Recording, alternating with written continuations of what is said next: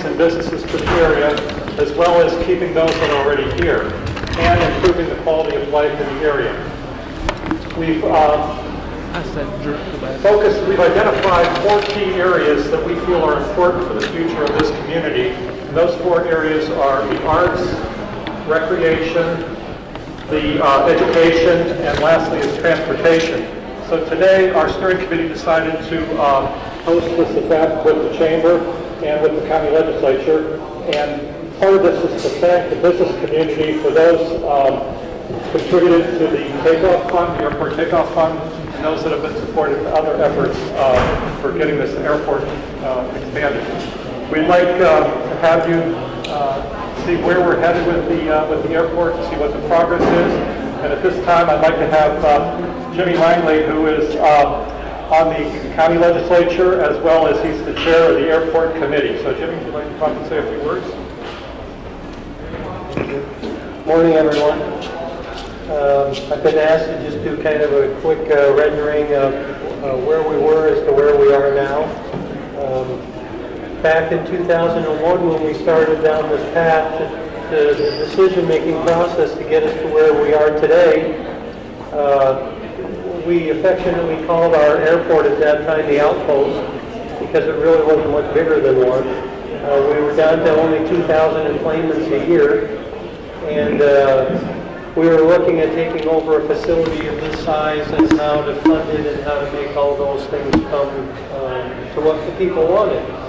And I'll share with you, one of my fellow legislators said that she wasn't going to vote against the move when we finally got to that part. But I'll never forget, she pointed her finger at me and she said, you know, Jimmy, people actually think they're going to get on a plane in Plattsburgh and fly direct to Florida. And you know that they think that. Well, I said, the numbers, thanks from Gary, say that that's what's going to happen. But you know that's not going to happen. What's funny is one of the biggest benefactors of that was her. She flew back and forth more often than anyone else. She had a condominium. We've been very lucky for a long period of time. We were able to receive funds to begin with, military airport program for the revitalization of the airport. The money gods at the FAA were very kind to us at the very beginning and gave us the funds to build an airport that our numbers didn't prove we should have had. And we, in return, were able to give them the numbers that the statistics showed that we would be able to perform in. And we are currently still doing those numbers, and we outgrew this building almost immediately. This building was built to handle 33,000 enplanements a year, and last year, of course, we're at 150,000. So that's why we've been busting at the seams. But we had to build up a base so that we could be able to afford to make this change. This bonding that's going to occur on this airport is a 30-year bond. And county legislators are termed out at 12-year terms. So it's really 3 legislatures that are going to be overseeing this project as it goes through its expansion. So we want to be sure that it's within their means to be able to continue this and pay for it, and we can expand. Our hope is that now that we expand, we'll have better facilities for our tenants, and we'll have better facilities for our passengers, and we have all the facilities that we need for them to be able to park their vehicles and stay and be comfortable, that someone else or something is going to come in and we're going to go to the next phase. We also know that in the next phase, it's going to be international service. And I've said it before, I'll say it again, without the help of the Chamber, we wouldn't really have the funds to be able to get into that. Out of the $6.5 million that have been estimated to build our federal inspection station, $5 million has been received from, or at least the promise has been received from the state of New York. And Gary Douglas and his crew are certainly at the forefront of making that come to fruition for us. So we're very pleased by that. We really truly hope that, and it was pointed out recently by someone, I didn't know that there were still flights from Florida to Havana, but we hope that if the United States is able to entertain flights to Cuba, that Plattsburgh will be the first facility, and we will have a legacy carrier that will be able to provide that service out of here. The next phase after, when you get to see what's going on behind the curtain around here, will be that facility will be built, and it will be to the left and behind the baggage, and it's a rather large and impressive space that it will occupy. So in the Reader's Digest version, that's kind of where we're at today. So we're going to have, next we're going to have Gary Douglas, who's the CEO and President of the North Country Chamber of Commerce and Arts.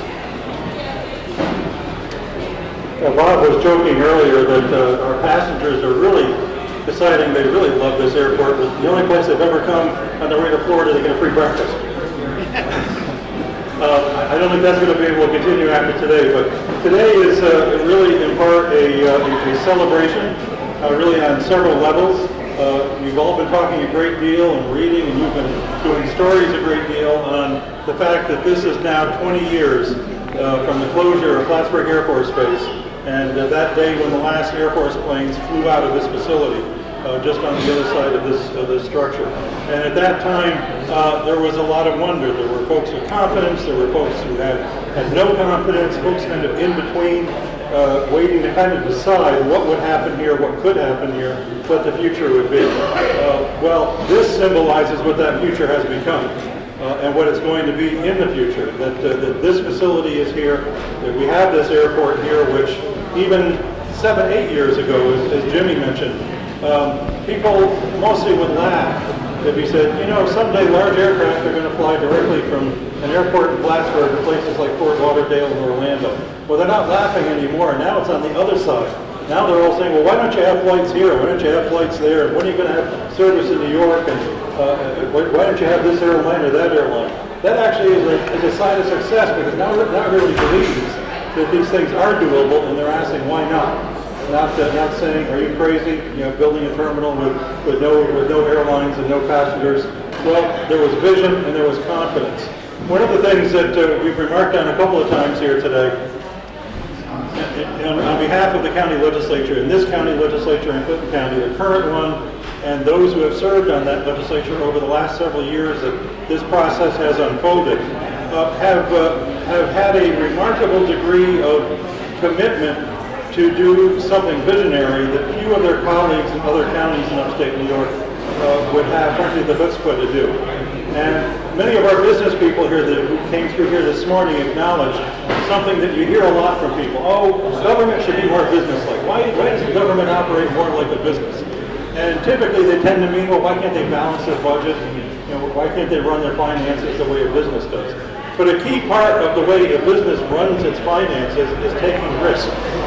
And local government of all kinds, generally is risk averse. In politics, you take risks, it might come back and kind of bite you, you might not get reelected. So the real part of being business-like is to take calculated risks for the future. And this was a well-calculated, but a calculated risk. And kudos to the current and previous members of the county legislature for having that level of business-like approach to government and to the economy of this county, to be willing to take risks. And it's not the only one they've taken over the last 10, 15 years, certainly since this Air Force base closed. To take well-calculated risks, to invest in the future, and help to make good things happen that couldn't happen otherwise.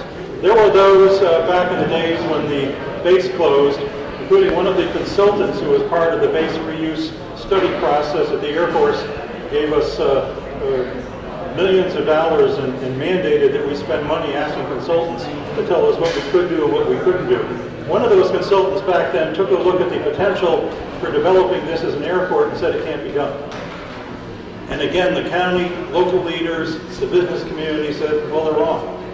You know, the folks from out of town with briefcases aren't always right. We know our marketplace and our future better than they do. And that confidence continued and got us to where we are today, that we could be Montreal's U.S. airport. And a little background on that for perspective as well. Until this airport came around, Montreal was the last major metropolitan city in North America that did not have a single secondary airport. Chicago's got 3 or 4.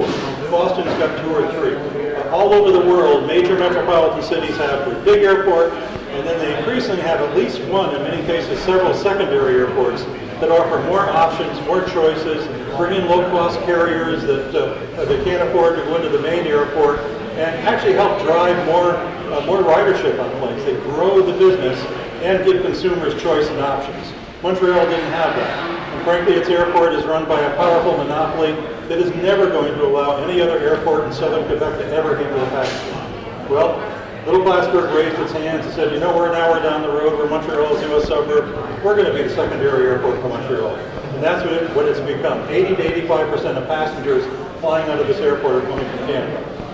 It's working, and it's bringing by that method, it's bringing air service here for the benefit of the North Country that we would never be able to have here if we had stuck with the thinking that's centered around running the old Clinton County Airport. Well, it's just a little airport with a couple of puddle hoppers that at very high cost take people to one place.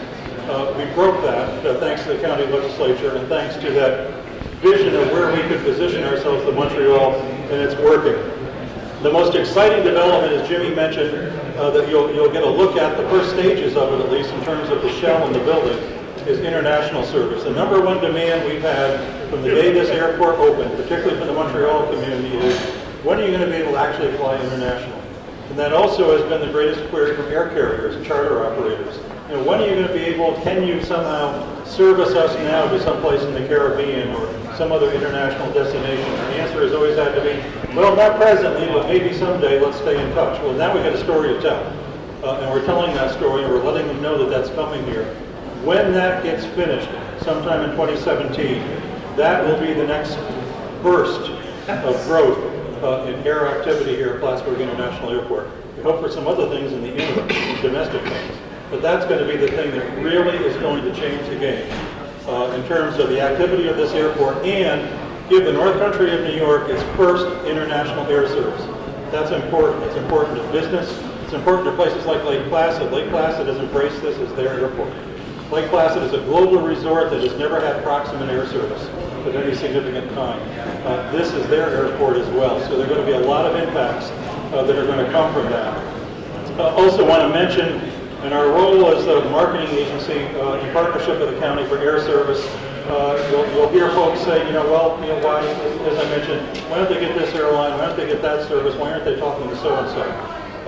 I know this sometimes is probably frustrating to all of you as news people, but we're never going to tell you who we're talking to until we have an announcement. But we can assure you and assure the entire region, there is not an air carrier, an airline, a charter operator, or a major tour operation anywhere in North America, and now increasingly anywhere in Europe as well, that we don't have a connection with, aren't having discussions with, haven't met with, don't stay in touch with, keep them up to date about things that are developing here. But it goes on quietly, but it goes on steadily. Next week we'll be at an airline conference, just as an example, in Bentonville, Arkansas, where we'll be having some follow-up meetings with several airlines there. All ones we've met with in the past, but we always have more story to tell.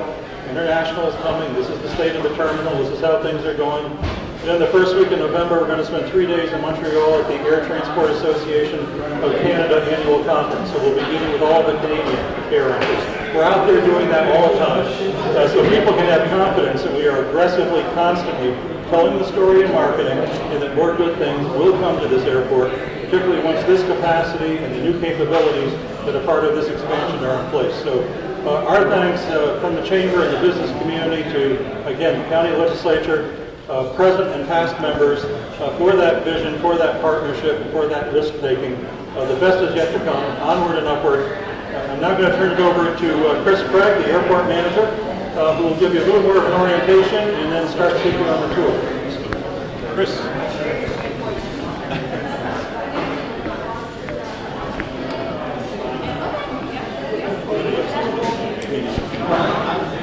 Hi, how you doing? I'm Chris Craig, airport manager for those of you who don't know me. I think in order to best, because we've got some activity going on in the airport here, what I wouldn't mind doing, and this doesn't inconvenience all of you too much, I'd like to reconvene us out there and we can talk a little bit more. Is that going to be okay? Or because we're going to end up walking around on the airport anyway, so I think like to just get us out there so we can talk a little bit more so we're not competing with the passengers. Is that okay? Yeah, give us a chance to get our lights reset too. Perfect. All right. See, it's all about you.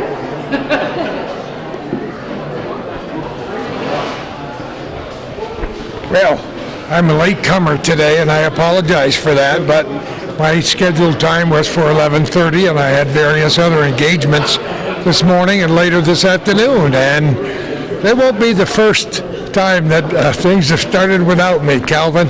They started early, Gordy, so They started a little bit early, and I had to find a place to park that was at least 9,000 feet away. took me 10 minutes to find a place to park. So And we'll be delighted to pay for the parking as we leave after this tour today. up to 6 hours is free. Oh, they are, up to 6 hours. We may not be there that long. Right. How are you, Good. Calvin? There's Jimmy Langley. How are you, James? Yeah, I had to go to Vermont this morning. Oh, you did? Yeah, Randy Quaid needed some advice, so I thought maybe you're going to grow a big beard like he did. No, I was in Vermont, but I wasn't there to see. Unfortunately, I was a little late today because the schedule was for 11:30, and I guess things started before 11:30. So I didn't get here till the 11 o'clock one anyways. I met Bernie Bassett in the parking lot. He said, "You better go a little faster. They've already started." Started without me? I know, how could that be? Jimmy, you and I have talked many times in the past. Not only are we good friends, but we both share a passion and interest for this North Country. And this airport is a real big deal for me, and I know it is for you too. Yeah. Well, there's a lot of things that I would like to have seen completely done before I exit, because I'm, as you know, I'm done at the end of this year. I'm termed out.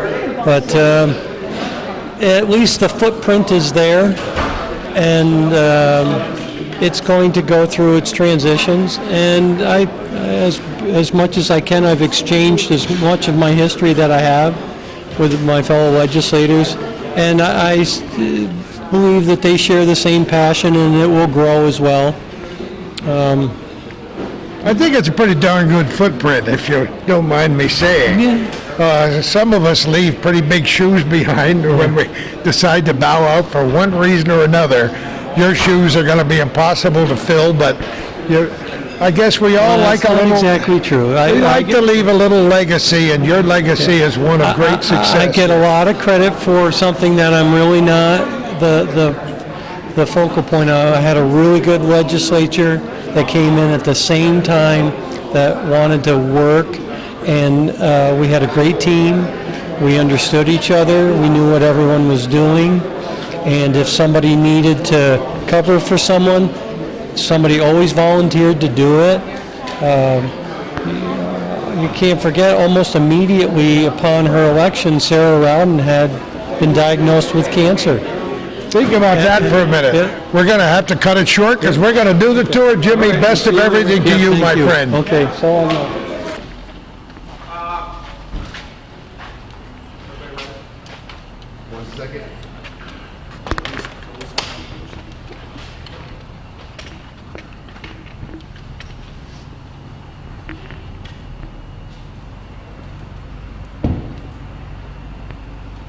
Okay, so as I said in there, I'm Chris Craig. For those of you who don't know me, I'm the airport manager here. We're going to take a little bit of a walking tour around the expansion, the project, to see, give you an idea of what's been going on out here. I know some of you have been out here in the past to see what's going on. I want to frame the discussion, if you will, though, to begin with where we've been. I know Gary Douglas talked in there, but just from a terminal-specific standpoint. The original terminal that was built here at the old Plattsburgh Air Force Base was constructed in 2006, opened in 2007. It was roughly 30,000 square feet and was designed to support about 50,000 annual enplanements or passenger boardings. First year of operation, 2007, we had about 4,000 enplanements. 2008, our first full year of enplanements, we had about 45,000. Last year we had about 140,000 enplanements. That's, again, passenger boardings. So roughly passengers, arrival and departure passengers. We have about 300,000 passengers coming through this terminal annually in the last few years. The existing terminal very quickly ceased to meet our needs, if you will, from a capacity standpoint. A variety of constraints arose. The decision was made, as you heard in there, to go forward with an expansion for the construction for the terminal. The FAA was a very good partner in the original construction of the terminal. We went back to them with our plan, with our thoughts. Again, very good partnership with them. Got the necessary approvals through the approval process with them to go forward with this, and the existing project, as you see it here, it started about a year ago, almost a year ago, to the day. It's about a 2-year project for this phase of it, for the actual terminal construction. Should be done sometime October of next year, barring anything unforeseen. When all is said and done, the terminal will go from about 30,000 square feet to about 115,000 square feet. And that includes expanded ticketing. We're in an area where there's going to be expanded ticketing. We're increasing to 7 counters with provisions for self-service kiosks and additional baggage area, 4 gates, 3 jet bridges with a provision for a 4th, expanded concourse area, expanded checkpoint screening, baggage screening, which you'll see during the course of our tour. And most importantly, the addition of a dedicated customs facility to support international arrivals and departures. So as we walk, I'll show you where some of this is. But again, it's been a major undertaking for the county, for the community. A lot of strong partnerships with this project. From the federal state agencies that have been involved with the approvals and the ongoing construction, right down to the contractors that have been involved in this project. A lot of good partnerships, a lot of good cooperation. This has been a huge undertaking for the community, a lot of coordination, and it's been, pretty hectic, I would say, would be one way of describing it. But everybody's been working together. There's not one area of the original terminal that was built that hasn't been touched in this construction, to include my offices. Everybody in this terminal has had their space disrupted in one way, shape, or form. But at the end of the day, we've all worked together. It's all been a good partnership. We continuous, ongoing coordination meetings between the different entities to make sure everything's being, phased properly.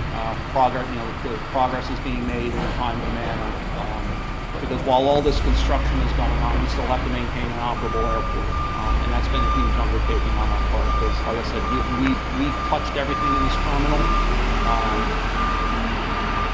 Inconvenienced a lot of people in the terminal as far as relocations, but I have to say that I've gotten very few complaints from the traveling public. We have a lot of repeat customers. There's been a lot of, hey, good job. Glad to see you're doing this. So a lot of positive feedback.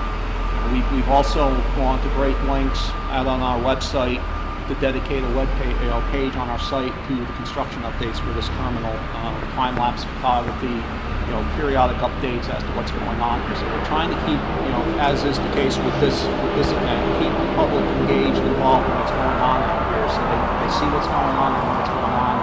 So when we do come out here,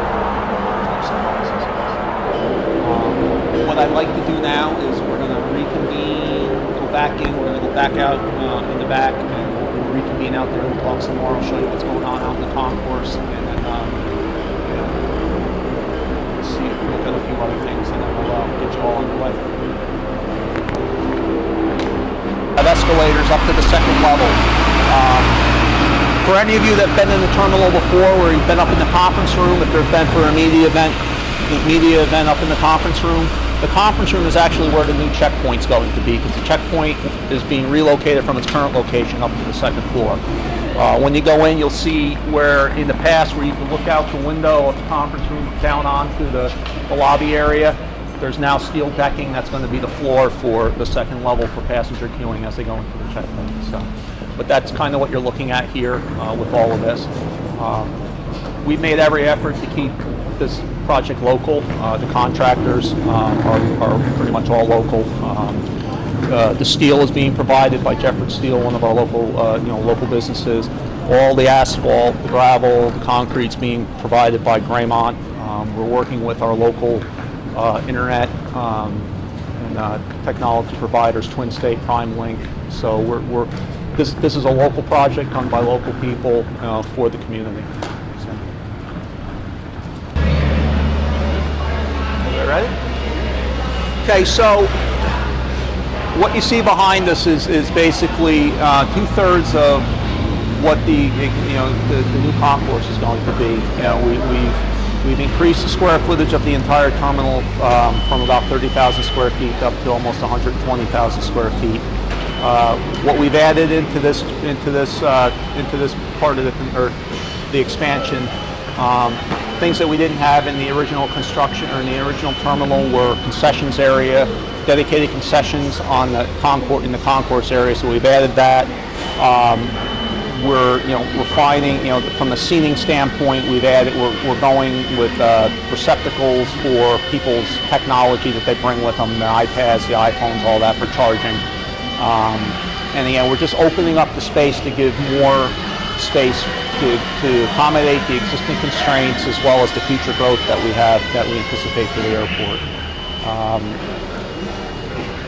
What you see here has been a very cooperative partnership, dedicated effort on the part of the contractors that have been working on this project. Where we're standing last winter there was nothing here. There was broken up concrete. There was they were pouring footings. They were putting up steel.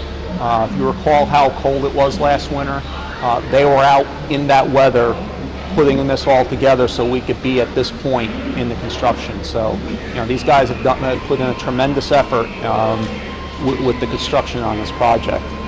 They're putting a lot of their heart and soul into it, and it's amazing to watch it go up. Every day that I come out here or I walk through the terminal, it changes. I mean, the changes are that dramatic. I mean, even from earlier this week when I was out in this area, it's changed. So. We're taking advantage of the natural light. You can see where the plastic is now. There'll be glass coming in. Right where this lift is here, there'll be a gate here. There'll be a gate over there, and then there'll be two gates on the portion that hasn't been constructed yet.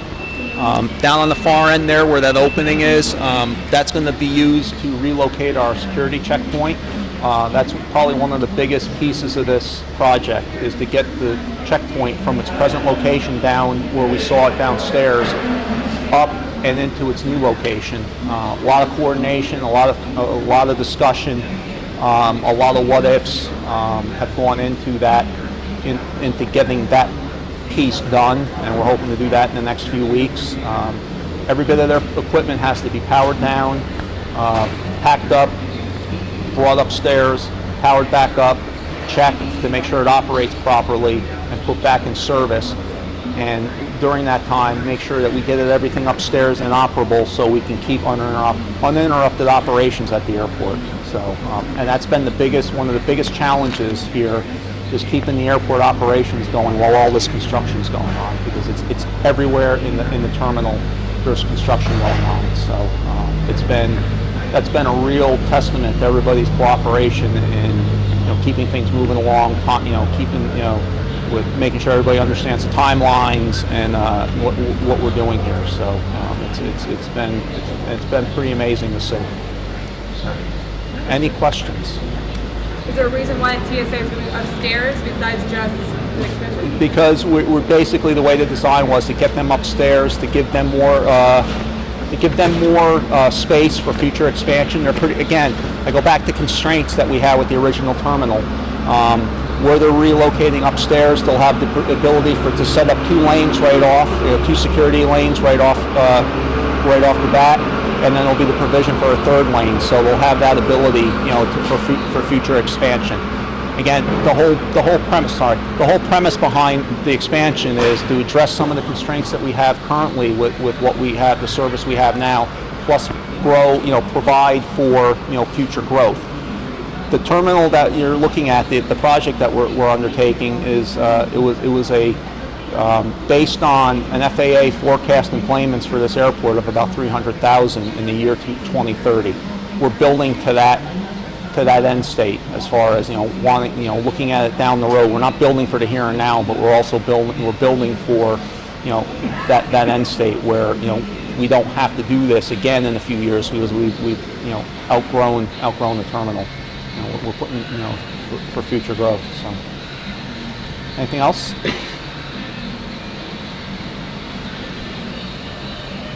All right, we're going to go down. We'll go back downstairs. We're going to walk around to the front so you can get to see the front of it from here, or get to see the front of it from out on the ramp. And we'll talk a little bit more. And I think that pretty much will give you everything you need to see.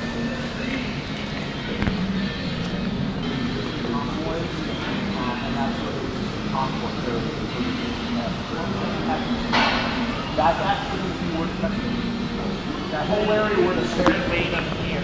This will be passenger waiting, where the existing concourse is on the upper level will be the security checkpoint. On the lower level, where the concourse area was, where the passenger seating was, that's all going to become office space. And how about more places to get something to eat while you're waiting to get in? Well, funny you should mention that, because if you see where that you got that lift, you got that yellow security barrier put up. That area in there, that is actually part of the concessions area. There's 2 concession areas being put up in the concourse area. One there and one that'll go in with the other part of it. There'll be a smaller concessions out in the public side, like a newsstand type arrangement. So we've had plenty of feedback on the need for something on this side. That's so we're trying to address some of the concerns that have been brought up and so. Any other questions? Anyone? Okay.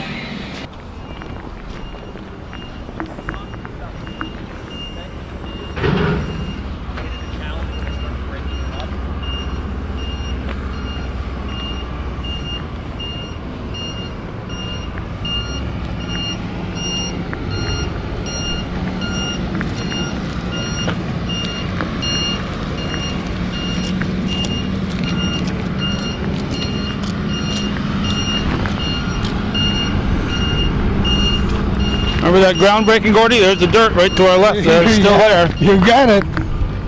I didn't have a shovel that day. Too bad, huh?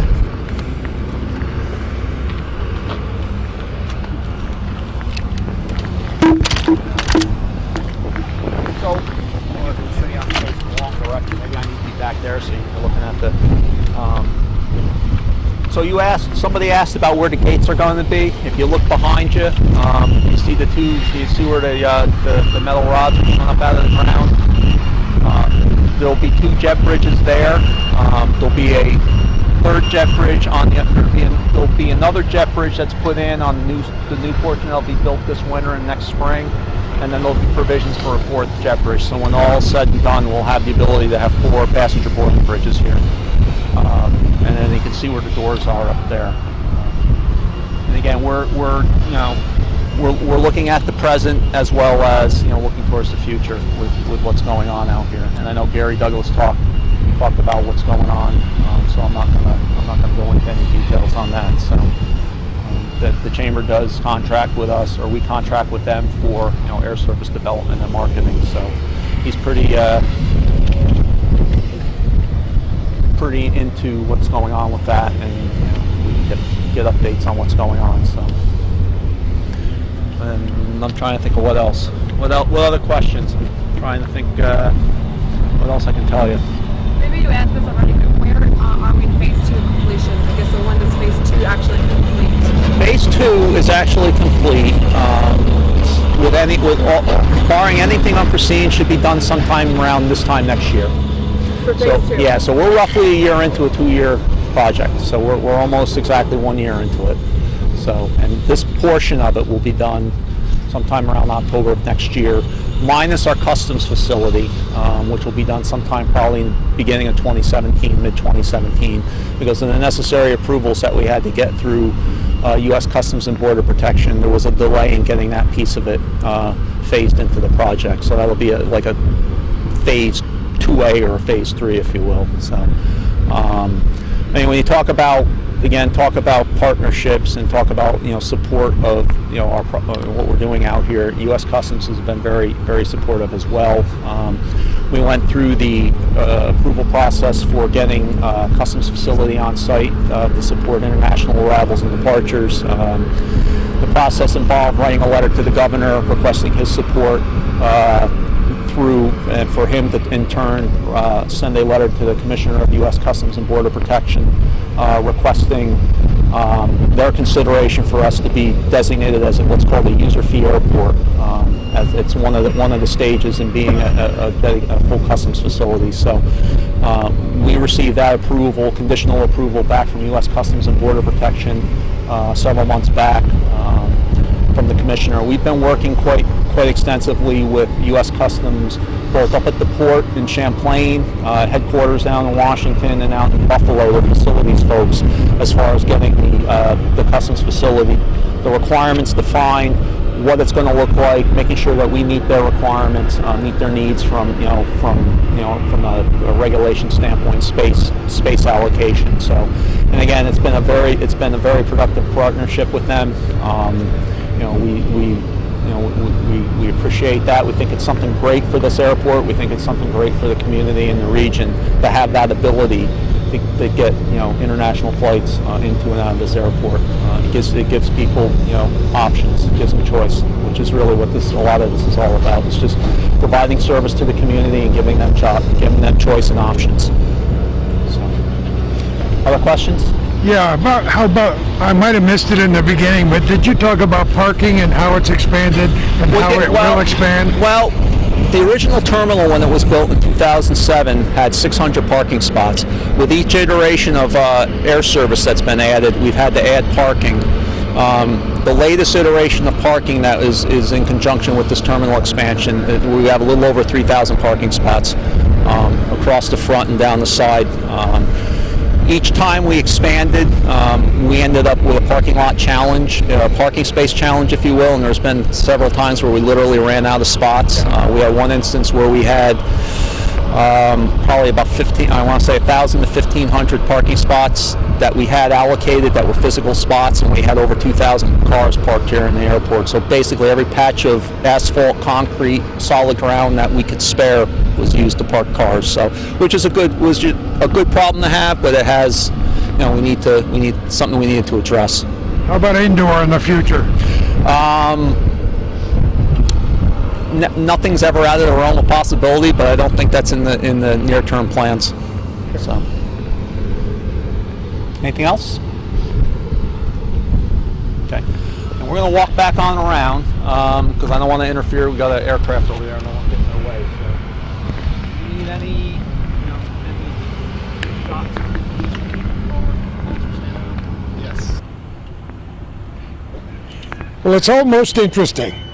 Once again, I'd like to apologize for not getting started when they got started, and so would Calvin. We were all here a little early, and yet they began talking about this Cook's tour, if you will, at the Plattsburgh International Airport 10 or 15 minutes before the scheduled time this morning. So we were a little choppy in the beginning. Who knows, we've been a little choppy at times before. I also want our viewers to know at Hometown Cable that Calvin and I have made sure to chronicle the building of this airport and its expansion since the very beginning. Calvin and I probably did have our air flappers down one time when we stood on the second level of a structure that was barely a structure, and talked to Bob Hines and some various other people as this building was being built. We watched it from the very beginning. I had the pleasure of working on construction, helping to build this Plattsburgh Air Force Base way back in the 1950s. And it's the goal of Hometown Cable to pay attention to what happens in this area, not just in a 20-second soundbite or a visual clip. It's to tell the story. Hometown Cable is known for that, and we have told the story of not only this airport, but the airport before this at the Clinton County Airport, which made its move. We're delighted with what we've seen here today. We can't wait to see what's going to happen in the future. I was a little shocked and surprised when I heard the airport manager say, not with disdain, but also a little discomfort, that they probably would not be building an indoor parking garage here at the Plattsburgh International Airport, because I've talked to many people through the course of this thing, and my understanding was that at some point down the road, it might be inevitable to build some kind of a multi-tiered structure, because if you were to if Calvin Castine had a drone, maybe he could borrow Paul Fredericks and could fly over this airport, you would see that these facilities for parking are tremendously extensive.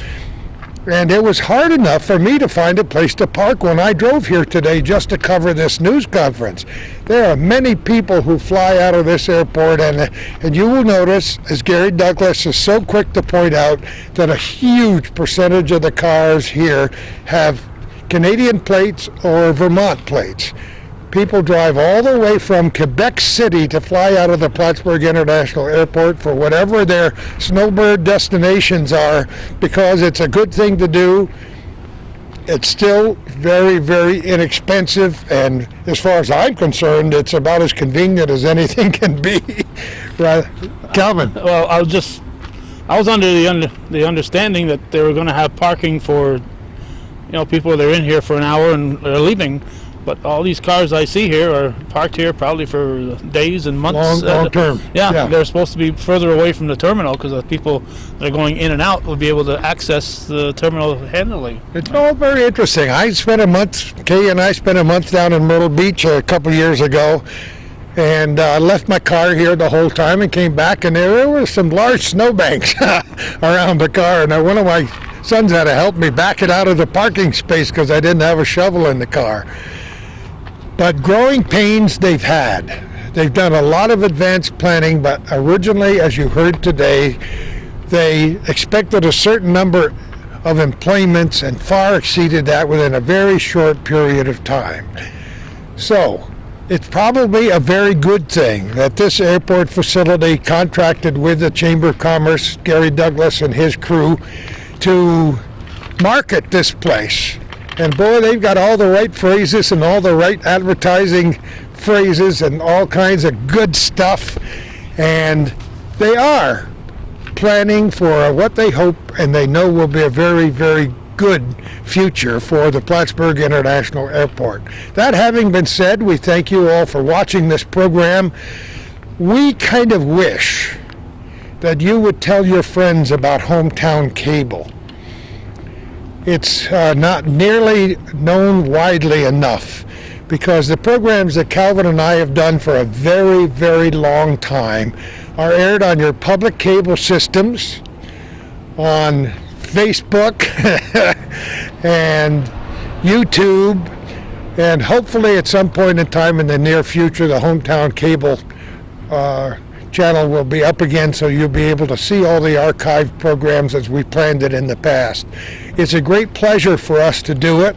We wish we had more supporters, so it's time for me to tell you to get out your checkbook or your wallet. A $20 bill, a $100 bill, a check for $200 or $300 for what we do would certainly be appreciated, just to help us continue to cover the North Country events as we see fit, because we are helping to preserve history. Send that check to Hometown Cable in care of Calvin Castine, 1477 Ridge Road in Champlain.